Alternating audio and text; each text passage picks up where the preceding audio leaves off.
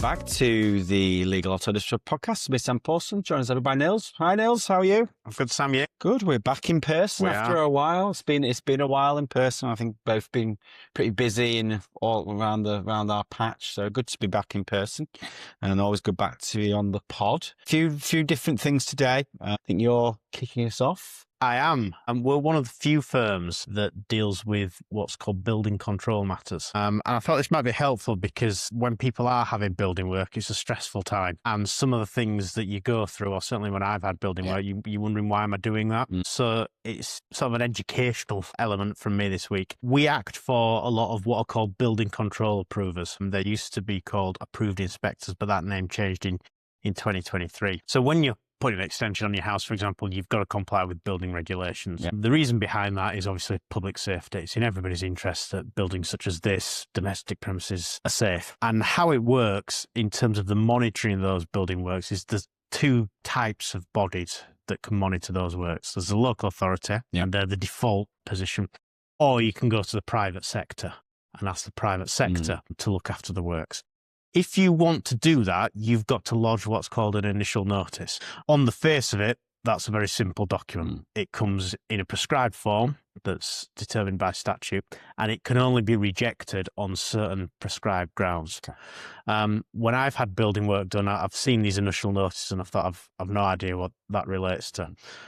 Over the last couple of years, we've been heavily involved in some of the leading cases on initial notices, and the law behind them is actually incredibly complex. Yeah. But in order to appoint someone to do on a private sector basis anyway, to do that work, you've got to lodge an initial notice. The council then have 5 days to reject that notice. If they don't reject it, it's accepted. They can only reject it, as I said earlier, on certain prescribed grounds. What will then happen is that building control approver will advise you how to comply with the regulations, inspect the site, inspect the works as they progress, can issue what's called a plan certificate if one is requested, and at the end, issue what's called a final certificate. Again, when I've had building work done, I've not seen it, but I've not known what that is. And that is a document that states that the requirements for building regulations have been met in very basic terms. So that's the process. Yeah. Where we've been involved in the litigation is actually pretty complex. So when a notice can be rejected, when it can't be rejected, when works can start. But on a nutshell, that's how the building control process in terms of those documents works. It's a body that's subject to oversight in the way that we are from the SRA. So building control inspectors are regulated by what's called the BSR, Building Safety Regulator. I think this is going to become something that we all get more familiar with down the years in terms of building works becoming initial notices and final certificates. So it's an area of law we're really excited to be involved in. And we're at the forefront of it. We've now been involved in 3 or 4 cases down in London and one in Manchester on initial notices. Yeah. So we're one of the few firms that can deal with this type of work if you have a problem with them. 5 days seems incredibly quick. So the council only have 5 days to respond and reject based on those statutory reasons. Seems quick for councils and the pace of that they often move in. It's a very good point. We've currently got a case under consideration, so I can't say too much. But you've hit the nail on the head as to what the issue often is. So it's not a response in time, or they do a partial response, and then you get... it's whether a notice has been rejected on certain grounds, I'm limited on what I can say. I can understand you squirming about what you can say, but no, it's exactly just as soon as you said it, kind of alarm bells rung in terms of that. But no, really, really interesting. And you say something just in our own lives, we'll get much more, and it's good that, you're there to help. Bit of a different one for me. I'm dealing with a whistleblowing complaint, one that I wanted to raise for 2 reasons. I'll talk through the law, and we have touched on some whistleblowing claims before. I really want to talk a bit of time about remedy. Actually, this is a claim that's had quite a large tribunal award. So I wanted to kind of break that down, because it's not always clear when we see these big headline awards.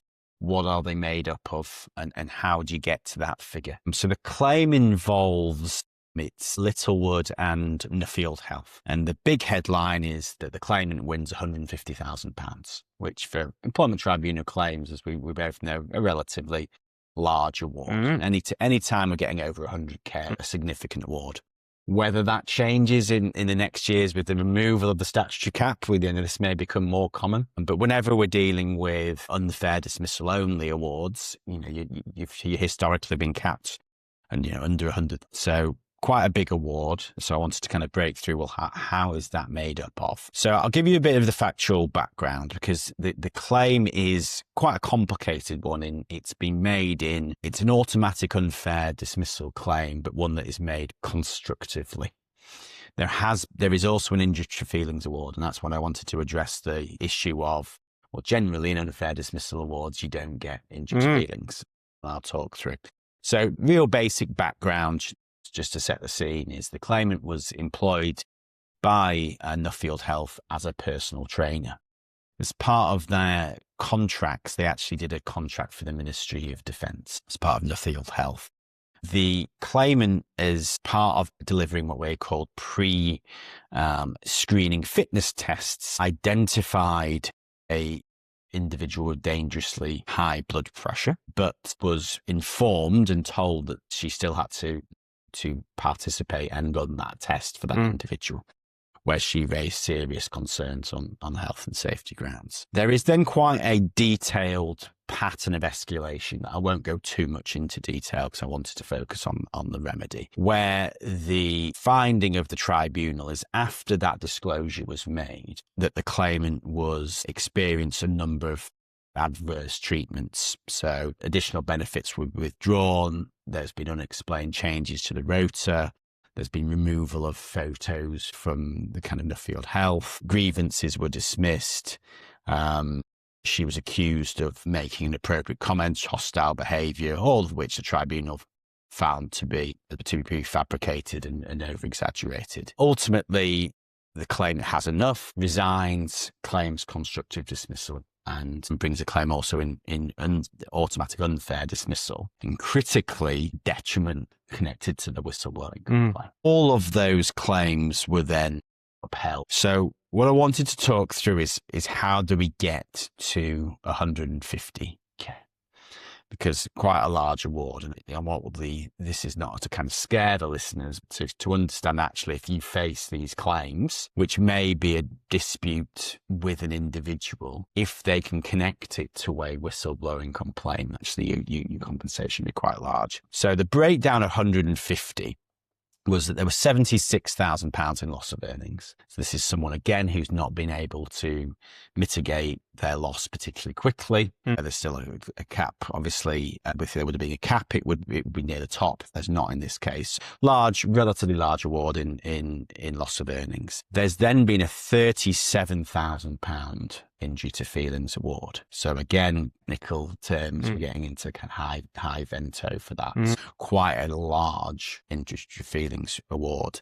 There's been another £22,000 in tax-related compensation. So where there's again amounts of tax, and then there's payment of some additional holiday pay as well. So quite a large award, and the key legal issue here is that claim has been brought, that the individual has suffered a detriment in connection to bringing a whistleblowing complaint, protected disclosure, obviously while still employed. Because if this was just an unfair dismissal award, that injury to feelings amount wouldn't be able to possible to claim it. So there's an extra nearly 40k of compensation here, because ultimately the company have not dealt with the whistleblowing complaint properly, and the tribunal have obviously held that there was a detriment suffered by that individual. So quite a technical claim, but one that quite clearly you can foresee this happening in wherever individuals are complaining, making grievances. If that amounts to protected disclosure, obviously relating in this case to kind of health and safety concerns, that you potentially see, So I thought useful case to kind of draw to the attention of the listeners. Don't know any views, Nils? I mean, the loss of earnings slices it in half. Yeah. So that does take away from some of the headline, doesn't it? But equally, £40,000 is quite a large sum of money, a very large sum of money. Yeah, from seemingly one isolated disclosure, but then obviously there's treatment that goes past that. So this is quite a large amount, but it's I think for the kind of action points and main takeaways for the listeners is that, you know, whenever we are getting grievances, wherever we're getting people disclosing, again, in this case, an act of health and safety breach, that really should heighten your concern and then ultimately your risk assessment of it. Quick legal update is that actually as of April, that there is an addition of sexual harassment actually being added as a protected disclosure. So again, it's whilst you'd have potentially had sexual harassment claims being brought, that actually if their employee discloses, making a protected disclosure that about sexual harassment, that can qualify as a protected disclosure. There's already 6 or 7 accepted reasons, health and safety being the most common we see in practice. But again, it's just for the kind of listeners to be aware, added protections around whistleblowing protected disclosures need to be really conscious of. Absolutely. So that's, I think, two kind of different cases to often this, and I say really good to focus on the outcomes of that. And updates, we just delivered an employment law seminar last week. I mentioned it in the recording last week. It went very well. Lots of interest in these events.